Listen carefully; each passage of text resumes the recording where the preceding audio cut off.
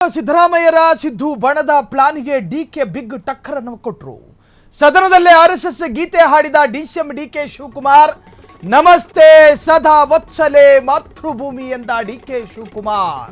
ಸಿದ್ದು ಬಣದ ಪ್ಲಾನ್ಗೆ ಡಿಕೆ ಸಖತ್ counter. ಸದನದಲ್ಲೇ RSS ಗೀತೆ ಹಾಡಿದ ಡಿಸಿಎಂ ಡಿಕೆ. ನಮಸ್ತೆ ಸದಾ ವತ್ಸಲೆ ಮಾತೃಭೂಮಿ ಎಂದು ಡಿಕೆ ಶಿವಕುಮಾರ್ ಜಪ. ಅಶೋಕ್ ಕೆಣಕಿದ್ದನ್ನೇ ನೆಪ ಮಾಡಿಕೊಂಡ ಡಿಕೆ ಶಿವಕುಮಾರ್. ಆರ್ಎಸ್ಎಸ್ ಗೀತೆ ಹಾಡಿದ ಡಿಸಿಎಂ ಡಿಕೆ ಶಿವಕುಮಾರ್. ಡಿಕೆ ಬಾಯಿಂದ ಆರ್ಎಸ್ಎಸ್ ಗೀತೆ ಆಕ್ರೋಶ ಸ್ಫೋಟಗೊಳ್ತು. ಸೋಷಿಯಲ್ ಮೀಡಿಯಾಗಳಲ್ಲಿ ಡಿಕೆ ನಡೆಗೆ ಕಟು ಟೀಕೆಗಳು ವ್ಯಕ್ತವಾಗ್ತಾ ಇದೆ. ಡಿಕೆಯದ್ದು ಸಾಫ್ಟ್ ಹಿಂದುತ್ವನ ಕಟ್ಟರ್ ಹಿಂದುತ್ವನ? ನಿಮ್ಮ ಫ್ರೀಡಮ್ ಟಿವಿಯಲ್ಲಿ ಬಿಗ್ ಪೊಲಿಟಿಕಲ್ ಎಕ್ಸ್ಕ್ಲೂಸಿವ್. ಹೆಂಗಾಯ್ತು ಅಂತ ಕೇಳಿದ್ರೆ ಇದನ್ನ ಎಐಸಿಸಿ ಕಚೇರಿಯಲ್ಲಿ ನಿಂತ್ಕೊಂಡು ನಾಗಪುರದ ಆರ್ಎಸ್ಎಸ್ ಕಾರ್ಯಾಲಯವನ್ನ ಜಪ ಮಾಡ್ದಂಗೆ ಆಯ್ತಿದು. ಡಿ ಕೆ ಶಿವಕುಮಾರ್ ಸಾಹೇಬ್ರೆ, ಆರ್ಎಸ್ಎಸ್ ಕಾರ್ಯಾಲಯ ಯಾರ್ಯಾರ ಮನೆ ಪಕ್ಕದಲ್ಲಿದ್ದಾವೋ ಅವ್ರಿಗಿದು ಚೆನ್ನಾಗಿ ಗೊತ್ತಿರುತ್ತೆ. ನಮಸ್ತೆ ಸದಾ ವತ್ಸಲೆ ಮಾತೃಭೂಮೆ ತ್ವಯ ಹಿಂದೂ ಭೂಮೆ ಸುಖಂ ವರ್ಧಿತೋಹಂ. ನಂದು ಕೂಡ ಆರ್ಎಸ್ಎಸ್ ಕಾರ್ಯಾಲಯದ ಪಕ್ಕದಲ್ಲೇ ಇರೋದ್ರಿಂದಾಗಿ ಈ ಸ್ತೋತ್ರವನ್ನು ಕೇಳ್ತಾ ಇರ್ತೀವಿ. ಡಿ ಕೆ ಶಿವಕುಮಾರ್ ಅವರು ಈ ಸಾಮಾನ್ಯವಾಗಿ ಸ್ಕೂಲಲ್ಲಿ ಚೆನ್ನಾಗಿ ಬುದ್ಧಿವಂತನಾಗಿ ಓದುವಂಥ ವಿದ್ಯಾರ್ಥಿಗೆ ಕೆಲವೊಂದು ಎಕ್ಸ್ಕ್ಯೂಸ್ಗಳಿರ್ತವೆ. ಆತ ಸ್ಕೂಲಿಗೆ ಲೇಟಾಗಿ ಬಂದರೂ ಕೂಡ ಪ್ರೈವೇಟ್ ಸ್ಕೂಲ್ನ ಟೀಚರ್ಗಳು ಏನೂ ಕೇಳೋದಿಲ್ಲ, ಎದ್ದು ನಿಲ್ಲಿಸೋದಿಲ್ಲ. ಆತ ಸಣ್ಣ ಸಣ್ಣ ತಪ್ಪು ಮಾಡಿದ್ರೆ ಕ್ಷಮೆ ಕೊಡ್ತಾರೆ. ಹಾಗೆ ಡಿ ಕೆ ಶಿವಕುಮಾರ್ ಅವರದ್ದು ಪ್ರಬಲ ಸಮುದಾಯ ಅನ್ನುವ ಕಾರಣಕ್ಕೆ ಡಿ ಕೆ ಶಿವಕುಮಾರ್ ಆರ್ಎಸ್ಎಸ್ ನಾಯಕರನ್ನ ಹೊಗಳಿದ್ರೂ ಕಾಂಗ್ರೆಸ್ ಏನು ಕ್ರಮ ತೆಗೆದುಕೊಳ್ಳೋದಿಲ್ಲ. ಡಿ ಕೆ ಶಿವಕುಮಾರ್ ಎಐಸಿಸಿ ಅಧ್ಯಕ್ಷ ಮಲ್ಲಿಕಾರ್ಜುನ್ ಖರ್ಗೆ ವಿರೋಧ ಮಾಡಿದ ಕುಂಭಮೇಳಕ್ಕೆ ಹೋಗಿ ಪ್ರಯಾಗರಾಜ್ಗೆ ಹೋಗಿ ಡಿ ಕೆ ಶಿವಕುಮಾರ್ ಹೋಗಿ ತೀರ್ಥ ಸ್ನಾನ ಮಾಡ್ಕೊ ಬಂದರೂ ಕೂಡ ಕಾಂಗ್ರೆಸ್ನ ಯಾವ ರಾಷ್ಟ್ರೀಯ ನಾಯಕರು ಕೂಡ ಡಿ ಕೆ ಶಿವಕುಮಾರ್ಗೆ ಪ್ರಶ್ನೆ ಮಾಡೋದಿಲ್ಲ. ಕೊಯಂಬತ್ತೂರಲ್ಲಿ ಕೇಂದ್ರ ಗೃಹ ಸಚಿವ ಅಮಿತ್ ಶಾ ಬಂದಾಗ ಎರಡೂ ಕೈಗಳನ್ನು ಅಗಲ ಮಾಡ್ಕೊಂಡು ಆಲಿಂಗನ ಮಾಡ್ಕೊಂಡು ಬಂದ್ರಲ್ಲ, ಆಗಲೂ ಕೂಡ ಯಾವ ರಾಷ್ಟ್ರೀಯ ನಾಯಕನೂ ಕೂಡ ಡಿ ಕೆ ಶಿವಕುಮಾರನ್ನ ಪ್ರಶ್ನೆ ಮಾಡುವಂತಹ ದಮ್ಮು ತಾಕತ್ತು ಕಾಂಗ್ರೆಸ್ನ ರಾಷ್ಟ್ರೀಯ ನಾಯಕರಿಗಿಲ್ಲ. ಈ ಸುದ್ದಿ ವಿವಾದ ಆದರೂ ಕೂಡ ವಿ ಡೋಂಟ್ ಕೇರ್. ಆದರೆ ಡಿ ಕೆ ಶಿವಕುಮಾರ್ ಇರ್ತಕ್ಕಂತಹ ಸಿದ್ಧಾಂತ ಯಾವುದು? ಕಾಂಗ್ರೆಸ್ ಸಿದ್ಧಾಂತ ಯಾವುದು? ಆರ್ಎಸ್ಎಸ್ ಅನ್ನ ಪ್ರಥಮ ಶತ್ರು ಅಂತ ಕರೆಯುವ ಕಾಂಗ್ರೆಸ್ನಲ್ಲಿ, ಅದರಲ್ಲೂ ಕೂಡ ರಾಜ್ಯದಲ್ಲಿ ಈ ತರಹದೊಬ್ಬ ನಾಯಕನ ನೋಡಿ. ನಮಸ್ತೆ ಸದಾ ವತ್ಸಲೆ ಮಾತೃಭೂಮಿ ಎನ್ನುವಂತಹ ಆ ಒಂದು ಶ್ಲೋಕ ಅಪರಾಧ ಅಲ್ಲ. ಆ ಶ್ಲೋಕದಲ್ಲಿ ಹೇಳೋದೇನು? ಈ ಪುಣ್ಯ ಭೂಮಿಯಲ್ಲಿ ಜನಿಸಿದ ನಾನು ಮಂಗಳಕರವಾದಂತಹ ಪುಣ್ಯ ಭೂಮಿಗೆ ಈ ದೇಹವನ್ನು ಅರ್ಪಿಸ್ತೀನಿ, ಈ ಭೂಮಿಗೆ ನಮಸ್ತೆ ನಮಸ್ತೆ. ಆ ಗೀತೆಯ ಸಾಲುಗಳಲ್ಲಿ ಯಾವ ವಿವಾದಾತ್ಮಕವಾದಂಥ ಅಂಶಗಳಿಲ್ಲ. ಆದರೆ ಆರ್ಎಸ್ಎಸ್ನವರು ತಮ್ಮ ಬಲ ಹೃದಯದಲ್ಲಿ ಸದಾಕಾಲ ಹೊತ್ಕೊಂಡು ತಿರುಗಾಡುವಂತಹ ಸಿದ್ಧಾಂತವನ್ನ ಡಿ ಕೆ ಶಿವಕುಮಾರ್ ಅವರು ಹತ್ತಿರವಾಗಿ ಅತ್ಯಂತ ಸನಿಹವಾಗಿ ಕಂಡ್ರು. ಆ ಸಿದ್ಧಾಂತವನ್ನ ಆಲಿಂಗನ ಮಾಡುವ ರೀತಿಯಲ್ಲಿ ಕರ್ನಾಟಕಕ್ಕೆ ಭಾಸವಾಗುವಂತೆ ವರ್ತನೆ ಮಾಡಿದ್ರು.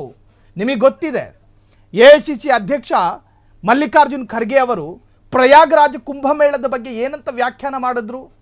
ಕುಂಭಮೇಳದಲ್ಲಿ ತೀರ್ಥ ಸ್ನಾನ ಮಾಡಿದ್ರೆ ದೇಶದ ನಿರುದ್ಯೋಗ ಸಮಸ್ಯೆ ಕಡಿಮೆಯಾಗುತ್ತಾ?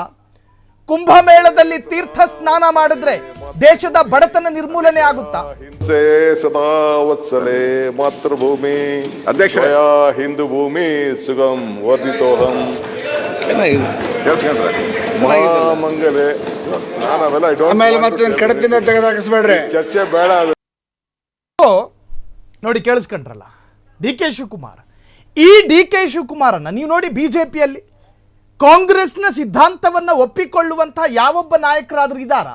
ಎಸ್ ಟಿ ಸೋಮಶೇಖರ್ ಯಾವುದೋ ಸಣ್ಣ ತಪ್ಪು ಮಾಡಿದ್ರು ಅನ್ನೋ ಕಾರಣಕ್ಕೋಸ್ಕರ ಎಸ್ ಟಿ ಸೋಮಶೇಖರನ್ನ ಅಲ್ಲಿಂದನೇ ಓಡಿಸಿದ್ರು. ಹೆಬ್ಬಾರ್ ಅವರು ಕೂಡ ಏನೋ ಒಂದು ಸಣ್ಣ ತಪ್ಪು ಮಾಡಿದ ಕಾರಣಕ್ಕೆ ಅಲ್ಲಿಂದ ಕಳಿಸ್ಕೊಟ್ರು. ಡಿ ಕೆ ಬಿಜೆಪಿಗರ ಪಾಲಿಗಷ್ಟೇ ಸಾಫ್ಟ್ ಹಿಂದುತ್ವವಾದಿ ಡಿ ಕೆ, ಆದರೆ ಡಿ ಕೆ ವಾಸ್ತವದಲ್ಲಿ ಕಟ್ಟರ್ ಹಿಂದುತ್ವವಾದಿ. ಡಿ ಕೆ ಹಿಂದುತ್ವವಾದ ಇದು ಇವತ್ತಿನದ್ದಲ್ಲ, ಇವತ್ತು ನಿನ್ನೆಯದಲ್ಲ. ಕಳೆದ ಕೆಲ ವರ್ಷದಿಂದಲೇ ಡಿ ಕೆ ದೂರಗಾಮಿ ಪ್ಲಾನ್ ಅನ್ನು ಮಾಡಿಕೊಂಡಿದ್ದಾರೆ. ರಾಹುಲ್ ವಿರೋಧದ ನಡುವೆಯೂ ಕೂಡ ಕುಂಭಮೇಳದಲ್ಲಿ ತೀರ್ಥ ಸ್ನಾನ ಮಾಡಿದ್ರು. ಕಳೆದ ಶಿವರಾತ್ರಿಯಂದು ಈಶಾದಲ್ಲಿ ಸದ್ಗುರು ಜೊತೆ ಡಿಕೆಶಿ ಭೇಟಿ ಮಾಡ್ಕೊಂಡು ಬಂದ್ರು. ಮೊನ್ನೆ ಧರ್ಮಸ್ಥಳದ ಪರವಾಗಿ ಓಪನ್ ಬ್ಯಾಟಿಂಗ್ ಮಾಡ್ತಾರೆ. ಈಗ ಸದನದಲ್ಲೇ RSS ಗೀತೆ ಹಾಡಿದ DK ಶಿವಕುಮಾರ್. ಸಿದ್ದರಾಮಯ್ಯರ ಮನಸ್ಸಿನಲ್ಲಿ ಹೊತ್ಕೊಂಡು ಉರಿದಿರುತ್ತೆ ಜ್ವಾಲಾಮುಖಿ. DK ಶಿವಕುಮಾರ್ ಹಿಂದುತ್ವ ಮಂತ್ರ ಪಠಿಸ್ತಿರೋದು ಯಾಕೆ? ನಿಮ್ಮ ಫ್ರೀಡಮ್ ಟಿವಿಯಲ್ಲಿ ಕೆಲವೇ ಕ್ಷಣಗಳಲ್ಲಿ ಎಕ್ಸ್ಕ್ಲೂಸಿವ್ ಆದಂತಹ ಇನ್ಸೈಡ್ ಪೊಲಿಟಿಕಲ್ ಸ್ಟೋರಿಯನ್ನ ಹೇಳ್ತೀವಿ. DK ಶಿವಕುಮಾರ್ ಕಾಂಗ್ರೆಸ್ ಅನ್ನ ಹೆದರಿಸ್ತಾ ಇದ್ದಾರಾ? ನೋಡಿ, ಇಷ್ಟರಲ್ಲೇ ಅರ್ಥ ಮಾಡ್ಕೊಳ್ಳಿ.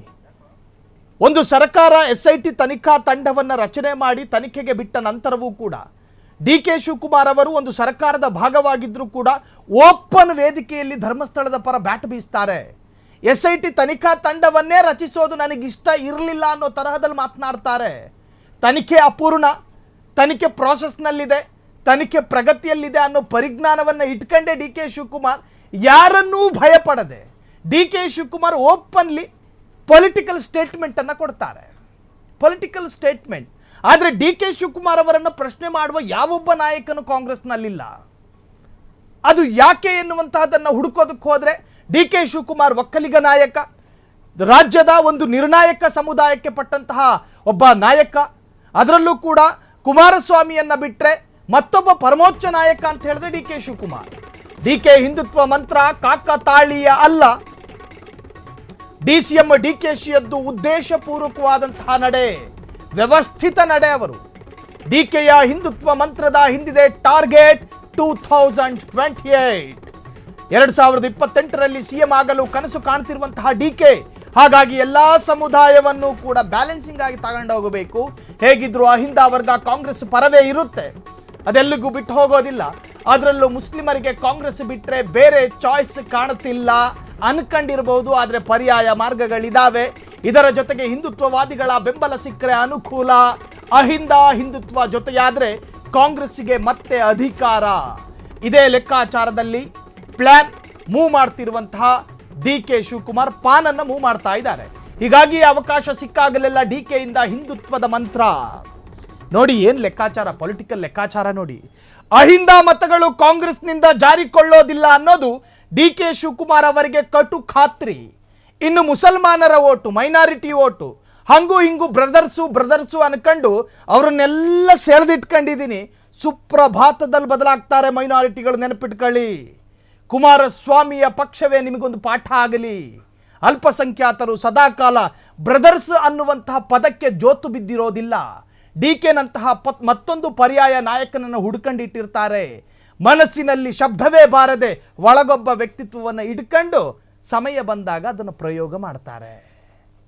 ಸದಾಶಿವನಗರದ ರಾಜಕಾರಣಿಗೆ ಈ ಒಂದು ಸ್ಟ್ರಾಟಜಿ ಗೊತ್ತಿರಲಿ. RSS ಗೀತೆ ಹಾಡಿದ್ದನ್ನ ಸಮರ್ಥಿಸಿಕೊಂಡ DK. ಈ ದಮ್ಮು ತಾಕತ್ತು ಕಾಂಗ್ರೆಸ್ನ ಬೇರೆ ನಾಯಕರಿಗಿದೆಯಾ? ನಾನು ಹುಟ್ಟು ಕಾಂಗ್ರೆಸ್ಸಿಗ, ನನ್ನ ರಕ್ತದಲ್ಲಿರೋದು ಕಾಂಗ್ರೆಸ್ಸು, ನಾನು ಕಾಂಗ್ರೆಸ್ ಲೀಡ್ ಮಾಡ್ತೇನೆ, ನಾನು ಕಾಂಗ್ರೆಸ್ಸಿಗ. ಆದರೆ ನಾನು ಎಲ್ಲಾ ರಾಜಕೀಯ ಪಕ್ಷಗಳನ್ನು ಅಧ್ಯಯನ ಮಾಡಿದ್ದೇನೆ. RSS ಏನು ಅನ್ನೋದು ನನಗೆ ಗೊತ್ತು, ಏನು ಮಾಡ್ತಿದೆ ಅನ್ನೋದು ಗೊತ್ತು. RSS ಹೇಗೆ ರಾಜ್ಯದಲ್ಲಿ ಎಲ್ಲೆಡೆ ಹಬ್ಬುತ್ತಿದೆ ಎನ್ನುವುದು ನನಗೆ ಗೊತ್ತು. ನನ್ನ ವಿರೋಧಿಗಳು ಯಾರು, ನನ್ನ ಗೆಳೆಯರು ಯಾರು ಅನ್ನೋದು ಕೂಡ ನನಗೆ ಗೊತ್ತು. ನಾನು ಅಷ್ಟು ಆಳಕ್ಕೆ ಇಳಿದು ಅಧ್ಯಯನ ಮಾಡಿದ್ದೇನೆ ಎನ್ನುವುದನ್ನು ಕೂಡ BJP ತಿಳಿದುಕೊಳ್ಳಲಿ. ತಮ್ಮ ಹೇಳಿಕೆ ವಿರೋಧಿಸಿದವರಿಗೆ ಡೈರೆಕ್ಟ್ ಡಿಚ್ಚಿ ಕೊಟ್ಟಂತಹ DK ಶಿವಕುಮಾರ್. ನಾವು ಈ ಮೊದಲೇ ಹೇಳಿದಂತೆ DK ನಡೆಯ ಉದ್ದೇಶಪೂರ್ವಕ, ವ್ಯವಸ್ಥಿತ. ಫ್ರೀಡಮ್ ಟಿವಿ ಅವತ್ತಿನಿಂದಲೇ ಹೇಳ್ತಾ ಇದೆ. ಇದು DK ಮಾತಿನಲ್ಲಿ ಸ್ಪಷ್ಟವಾಗಿ ಗೋಚರವಾಗುತ್ತೆ. DK ಶಿವಕುಮಾರ್ಗೆ ಅವರ ಹೇಳಿಕೆಗೆ ಸಂಬಂಧಪಟ್ಟ ಹಾಗೆ ಮತ್ತೊಂದು ಹೇಳಿಕೆಯನ್ನು ಕೇಳಿಸ್ತಾರೆ. I am a congressman. I will lead the Congress by pillar, by birth, by life. I am a born congressman. My blood, my life, everything is there. But I have made a research on non-political parties. I have made a big research on non-political parties. I know how RSS is building institutions in Karnataka. I, being a leader, I made research. They are acquiring every schools in every district, taluk headquarters, investing a lot of money. They are trying to preach children. So as a leader, I should know who are my opponents and who are my friends. So I just try to know about the RSS, the history of RSS. I know them. Politically, we have a lot of differences. That is a different issue. But BJP also should know that I have gone very deep to them. So questions are being asked whether you're indirectly hinting. No direct indicating, no joining hands, nothing. ಸಾಹೇಬ್ರೆ, ನಿಮ್ಮೆಲ್ಲ political ಲೆಕ್ಕಾಚಾರವನ್ನ Priyank Kharge ಅವರು ಕೂಡ ಲೆಕ್ಕ ಹಾಕೊಂಡಿರ್ತಾರೆ, G Parameshwar ಅವರು ಕೂಡ ಲೆಕ್ಕ ಹಾಕೊಂಡಿರ್ತಾರೆ, ಮುನಿಯಪ್ಪನವರು ಕೂಡ ಲೆಕ್ಕ ಹಾಕೊಂಡಿರ್ತಾರೆ, ಮಹದೇವಪ್ಪನವರು ಕೂಡ ಲೆಕ್ಕ ಹಾಕೊಂಡಿರ್ತಾರೆ. ನಿಮ್ಮ ಮೂಗಿನ ನೇರಕ್ಕೊಂದೊಂದು ಮಾತುಗಳನ್ನು ಹೇಳ್ತೀರಿ. 2028ರಲ್ಲಿ ನಿರ್ಣಾಯಕ ಸಮುದಾಯಗಳೆಲ್ಲ ತಿರುಗಿ ಬಿದ್ದರೆ ಏನು ಕಥೆ ನಿಮ್ಮದು? ಕಾಂಗ್ರೆಸ್ನಲ್ಲಿ ಸಾಮಾನ್ಯರಿಗೂ ಗೊತ್ತಿರುವಂತೆ 3 ಬಣಗಳಿದ್ದಾವೆ. DK ಬಣ, ಸಿದ್ದು ಬಣ, ತಟಸ್ಥ ಬಣ. DK ಬಣದ ತಾಕತ್ತು ಮತ್ತು ವರ್ಚಸ್ಸು ಈಗಾಗಲೇ ಕಾಂಗ್ರೆಸ್ನ ಹೈಕಮಾಂಡ್ ನಾಯಕರಿಗೂ ಗೊತ್ತಾಗಿ ಹೋಯಿತು.